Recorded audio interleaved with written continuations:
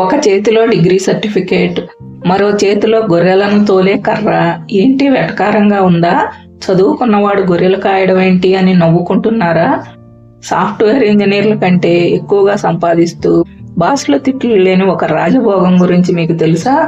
ఈరోజు మన కథలో తాతయ్య వేసిన ఒక వెటకారపు ప్రశ్న ఒక నిరుద్యోగ జీవితాన్ని ఎలా మార్చిందో చూద్దాం.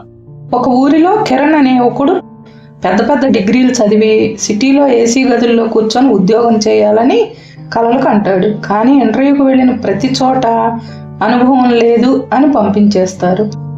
ఊరి జనం ఇంత చదివి ఇంట్లో ఖాళీగా ఉన్నాడు అని సెటైర్లు వేస్తుంటే కిరణ్కి చిరాకు వస్తుంది. ఒకరోజు కిరణ్ ఇంటి అరుగు మీద కూర్చొని బాధగా ఫోన్ చూస్తుంటాడు. రామయ్య తాత ఊరిలో తలపండిన ముసలాయన. వెటకారం ఆయన ఇంటి పేరు. ఏంట్రా కిరణ్, మళ్ళీ ఆ డబ్బాలో ఏం వెతుకుతున్నావు? ఏమన్నా జాబు పడిందా, లేక ఇంకా గ్యాపే ఉందా అన్నాడు. ఏం తాత, నీకు ఎప్పుడు నా ఉద్యోగం మీదే కన్ను. మొన్న ఇంటర్వ్యూకి వెళ్తే నీకు ఎక్స్పీరియన్స్ లేదు అని పంపించేశారు. అసలు ఉద్యోగం ఇవ్వకపోతే ఎక్స్పీరియన్స్ ఎక్కడి నుంచి వస్తుంది తాత? వీళ్ళందరికీ తెలివితేటలు లేవు అన్నాడు. తాత నవ్వి, ఓహో, లోకంలో అందరికీ తెలివితేటలు లేవు, నీకు ఆ డిగ్రీ కాగితం ఉందనే కదా నీ ధీమా.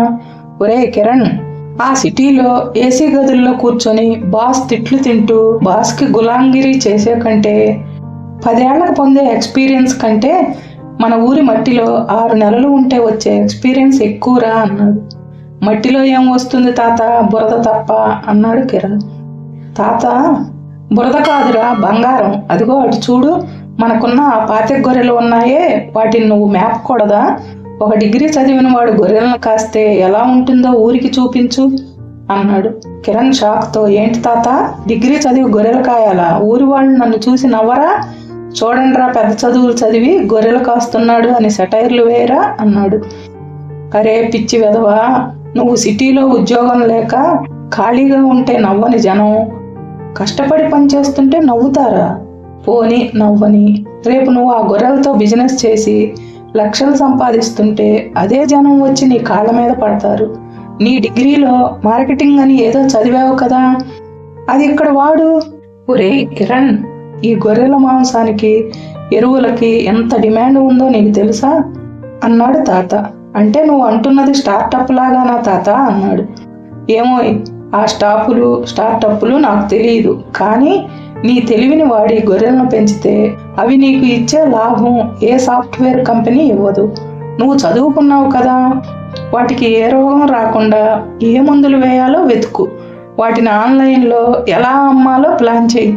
అప్పుడు నువ్వు గొర్రెల కాపరివి కావురా, ఒక బిజినెస్ మ్యాగ్నెట్ అవుతావు అన్నాడు తాత.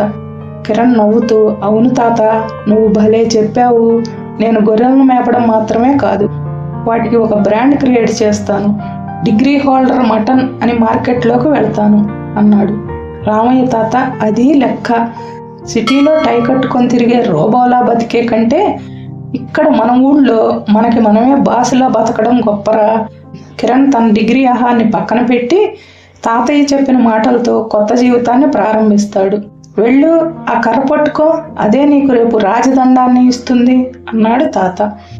తర్వాత తన తెలివితేటలు వాడి మోడర్న్ ఫార్మింగ్ పద్ధతిలో గొర్రెల పెంపకం మొదలు పెడతాడు. కేవలం గొర్రెలను మేపడమే కాదు, వాటి కోసం యూట్యూబ్లో ఒక ఛానల్ పెట్టి ఆర్గానిక్ లైఫ్ స్టాక్ గురించి చెప్తూ ఫేమస్ అవుతాడు. సిటీలో టై కట్టుకొని తిరిగే తన స్నేహితులు నెలకి 20,000 కోసం కష్టపడుతుంటే కిరణ్ మాత్రం ఊళ్ళో గొర్రెలను కాస్తూ లక్షలు సంపాదిస్తాడు. ఎగతాళి చేసిన వాళ్లే ఇప్పుడు వచ్చి మావాడికి కూడా ఏదైనా ఐడియా ఇవ్వరా అని అడుగుతారు. కిరణ్ నవ్వి, పుస్తకాల్లో ఉన్న జ్ఞానం పొట్టనింపలేదు, మట్టిలో ఉన్న తెలివితేటలే మనల్ని రాజులను చేస్తాయి అని సెటైర్ వేస్తాడు. కేవలం కొద్ది కాలంలోనే ఆధునిక పద్ధతుల్లో గొర్రెల పెంపకం చేపట్టి ఊరికే ఆదర్శంగా నిలుస్తాడు. చూశారు కదా, పనిలో చిన్న చూపు ఉండకూడదు, తెలివితేటలు ఉంటే మట్టిలో కూడా బంగారాన్ని వెతకొచ్చు. ఈ కథపై మీ అభిప్రాయాన్ని కామెంట్ చేయండి. మీ ఇంట్లో కూడా ఇలాంటి మేధావి తాతయ్యలు ఉంటే వాళ్ళ గురించి చెప్పండి.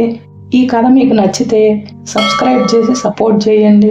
మళ్ళీ కలుద్దాం మరో మంచి కథతో.